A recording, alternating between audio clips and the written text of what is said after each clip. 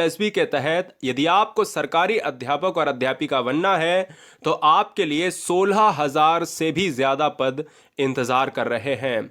आपके जितने भी डाउट बनते हैं इस वैकेंसी के संदर्भ में वो 2 से 3 मिनट के अंदर हम खत्म कर दे रहे हैं कि कौन बच्चा फॉर्म भर पाएगा, कौन बच्चा इस एग्ज़ाम को क्रैक करके आसानी से सरकारी नौकरी की दावेदारी पक्की करेगा या करेगी, क्या रहेगा प्रोसेस, क्या रहेगी एलिजिबिलिटी और कितने पद कहां कहां पर खाली हैं। आइए जानते हैं, दिल्ली में अगर नियुक्त होना चाहते हो आप एक सरकारी सेवा में, वैकेंसीज की अगर हम बात कर लेते हैं तो एग्जैक्ट वैकेंसी जो है वो है 16,546। आवेदन से लेकर अगर हम आपको बताएं कि अगर हम 16,000 की बात कर लें तो वो कहां कहां पर है, पहले इसकी चर्चा कर लेते हैं।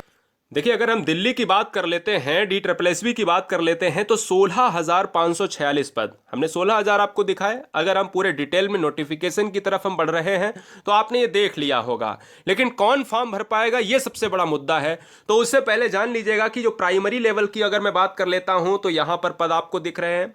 नर्सरी के लेवल की बात कर लेता हूं तो यहां पर आपको 153 पद हैं, ठीक है ना। टीजीटी में आपको 10,000 से ज्यादा पद आपको देखने को मिल रहे हैं। ऐसे ही आप अपने स्क्रीनशॉट को ले लीजिएगा, कुल मिलाकर 16,546 पद जो है इस वैकेंसी में आपको मिल रहे हैं। बात आती है सिलेक्शन प्रोसेस की और एलिजिबिलिटी की, कौन बच्चा फॉर्म भर पाएगा, क्या सीटेट, बीएड और बीटीसी डीएलएड होना अनिवार्य है या डायरेक्ट आपको फॉर्म भरने में यहां मदद मिलेगी, या 12th का कोई यहां पर कंपटीशन होगा।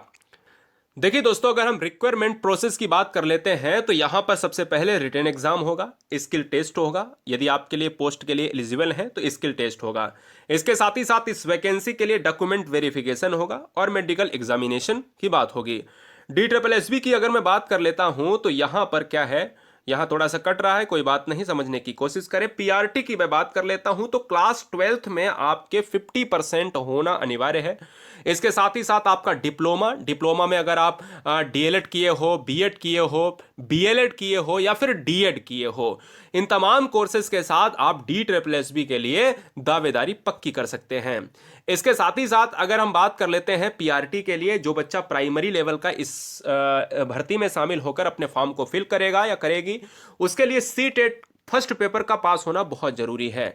यानी DSSB में यदि जाना है तो बीएड और बीटीसी डीएलएड का होना ही जरूरी नहीं, बल्कि उसके साथ साथ आपको सीटेट फर्स्ट पेपर पास होना जरूरी है। अब बहुत से बच्चे कहेंगे कि सर हमने तो बीएड अभी करा नहीं है, बीएड डीएलएड बीटीसी ये सब पास होना चाहिए, कोई अपेयरिंग में नहीं। मैं आपको बोल रहा हूं साफ साफ, कोई कमेंट बॉक्स में बच्चा ये कमेंट नहीं पूछेगा, ठीक है ना। परसेंट सीटेट में अगर देखा जाए 90% लिख दिया, कोई बात नहीं, 90 नंबर की बात करेंगे, है ना। ओबीसी एससी एसटी की बात करें तो 82 नंबर अगर सीटेट के फर्स्ट पेपर में है तो आप इस फॉर्म को एलिजिबल, यानी आप इस फॉर्म के लिए एलिजिबल है। पीआरटी में अगर आप यहां पर एज की बात कर लें तो आप एज की बात कर लेते हैं, लेकिन टीजीटी की अगर मैं बात कर लेता हूं, देखिए अगर आपको बहुत शॉर्ट में चीजों को समझना है, किस तरीके से आपको यहां पर तैयारी करनी है और कैसे एक सीट से मतलब होना चाहिए, ये ना देखें कि 1,000 कुछ है या 10,000 कुछ है या 2,000 कुछ है या 153 कुछ है, ये कतई नहीं देखना है।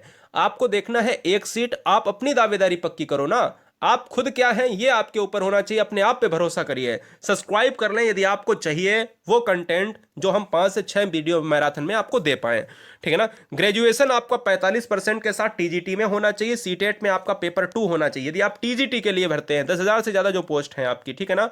डिप्लोमा आपका होना चाहिए, डीएलएड होना चाहिए, बीएड होना चाहिए, आपका कोई भी डिप्लोमा है तो आप इस टीजीटी फॉर्म के लिए आप अप्लाई कर सकते हो। लेकिन हाँ, यहां पर एक केस तो भैया अभी बनता है डीएलएड और बीटीसी बनाम बीएड के लिए। साथ ही साथ दोस्तों यहां पर आपको याद रखना है क्या, साथ ही साथ दोस्तों आपको यहां पर याद रखना है, क्या याद रखना है, समझिएगा कि इस बार आपको तैयारी तगड़ी करनी है। और तैयारी तगड़ी करने के लिए क्या है कि हो सकता है कि आप इस वैकेंसी को आसानी से प्राप्त कर लो, वही सब कुछ आना है। उसके लिए मैराथन हम आपके लिए तैयार कर रहे हैं, आप टेंशन मत लीजिएगा। और टेंशन लेने से कुछ होता नहीं है, अगर वो आपके लिए अच्छा है तो आप लीजिए, अगर नहीं अच्छा है तो मत लीजिएगा, क्योंकि पढ़ने से ही सिलेक्शन होगा। सिलेक्शन के लिए आपको कोई भी यहाँ पर तंत्र मंत्र विद्या यंत्र मंत्र कुछ नहीं काम करने वाला है, केवल पढ़ाई पर फोकस पर और लर्निंग बाय डूइंग की बात होगी दोस्तों। कुछ करके ही आपको सीखना होगा और कहीं ना कहीं जागना होगा, पढ़ना होगा, शॉर्टकट कोई नहीं है। सफलता का शॉर्टकट होता तो तुमसे भी ज़्यादा बच्चे जो है यानी कमज़ोर बच्चे आपसे आगे निकल गए होते। तो इसलिए आपको मैं बताना चाहता हूँ कि तैयारी आपको तगड़ी करनी है। वैकेंसी बिल्कुल बहुत सुइटेबल है आपके लिए, क्योंकि DSSB की अगर आपको जॉब मिल जाती है एक बार, तो कहीं ना कहीं आपका लाइफ जो है वो क्या हो जाता है, स्टेबल हो जाता है। बहुत बढ़िया। मिलेंगे नेक्स्ट वीडियो में, तब तक के लिए जय हिंद, वंदे मातरम।